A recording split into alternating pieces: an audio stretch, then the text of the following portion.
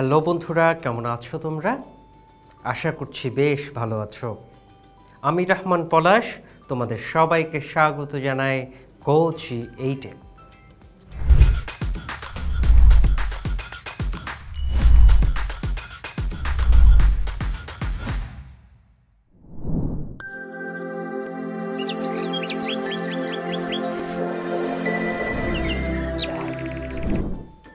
বন্ধুরা, আগের এপিসোডে আমরা একাদশ ও দ্বাদশ শ্রেণীর যুক্তিবিদ্যা প্রথম পত্র বইয়ের ৬ষ্ঠ অধ্যায় অবরোহ অনুমান থেকে অ্যারিস্টটলের সহানুমানের সূত্র, সহানুমানের সংস্থান নিয়ে আলোচনা করেছিলাম।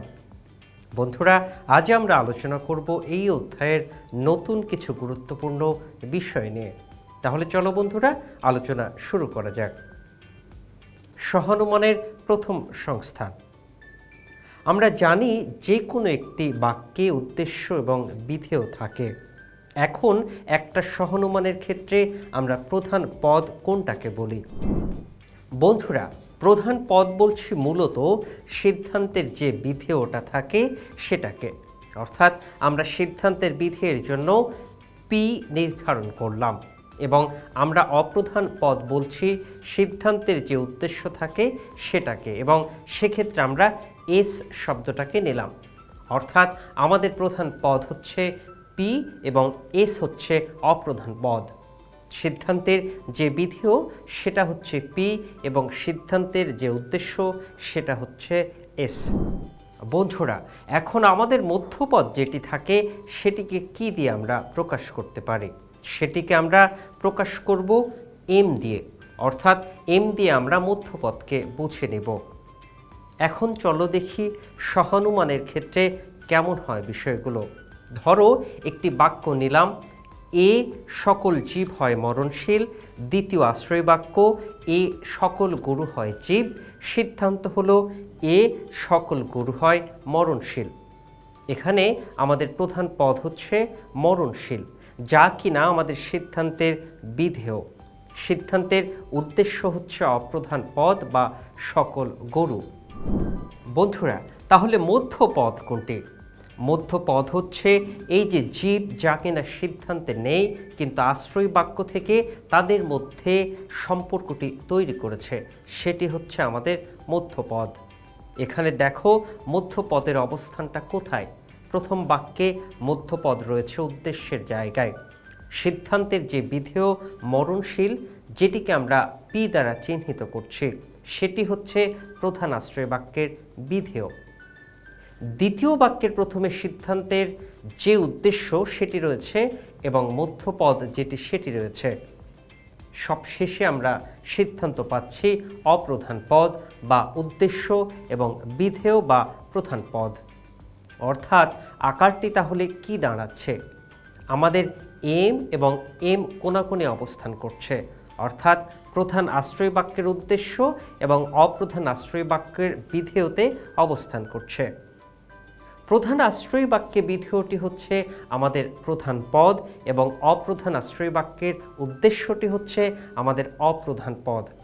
তাহলে ফরম্যাটটি হচ্ছে M P S M S P, অর্থাৎ মধ্যপদ প্রধান পদ, অপ্রধান পদ মধ্যপদ, অপ্রধান পদ প্রধান পদ। এটি হচ্ছে আমাদের প্রথম সংস্থান। সহানুমানের দ্বিতীয় সংস্থান। বন্ধুরা, দ্বিতীয় সংস্থানের ক্ষেত্রে আমরা প্রথমে একটি উদাহরণ দেই। ধরো একটা ই বাক্য নেওয়া হয়েছে। ই কোনো কুকুর নয় দ্বিপদ।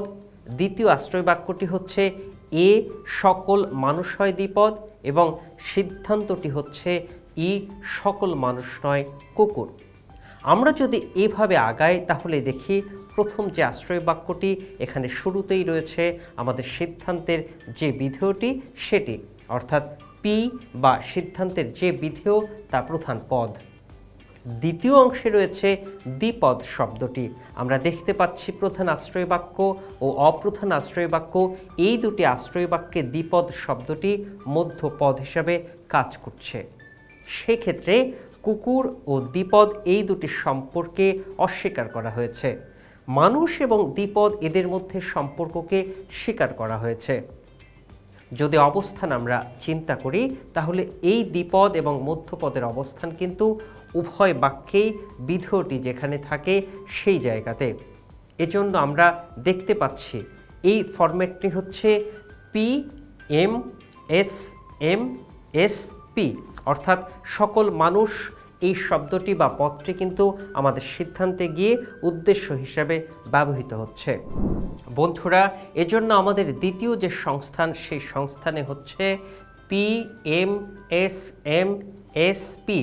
এটি হচ্ছে আমাদের দ্বিতীয় সংস্থান, যেখানে আমরা বলছি প্রধান পদ মধ্যপদ, অপ্রধান পদ মধ্যপদ, অপ্রধান পদ প্রধান পদ।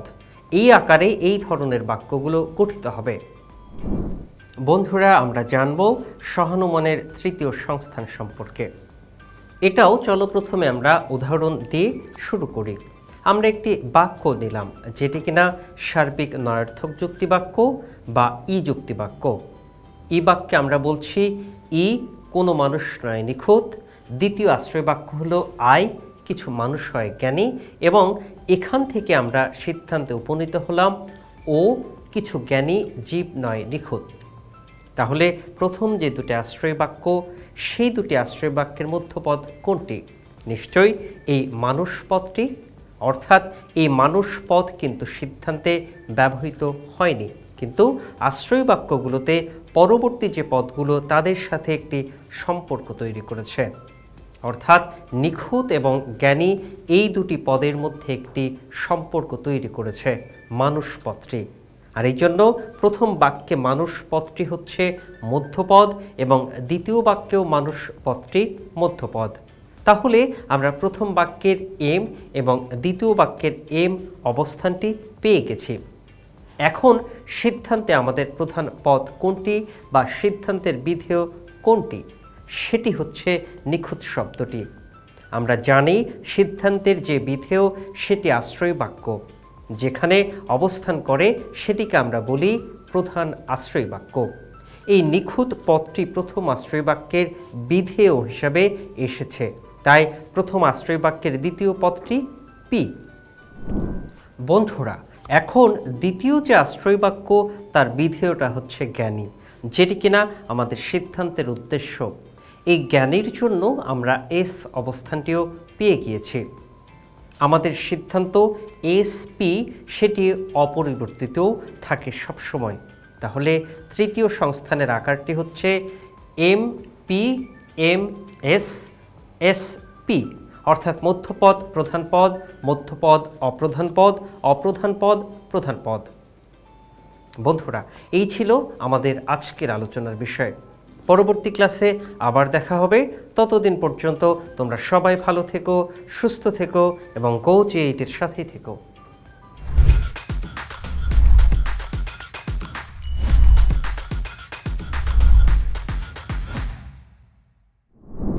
বন্ধুরা, এতক্ষণ যা আলোচনা করলাম তা থেকে গুরুত্বপূর্ণ কিছু নোটস জেনে নিই।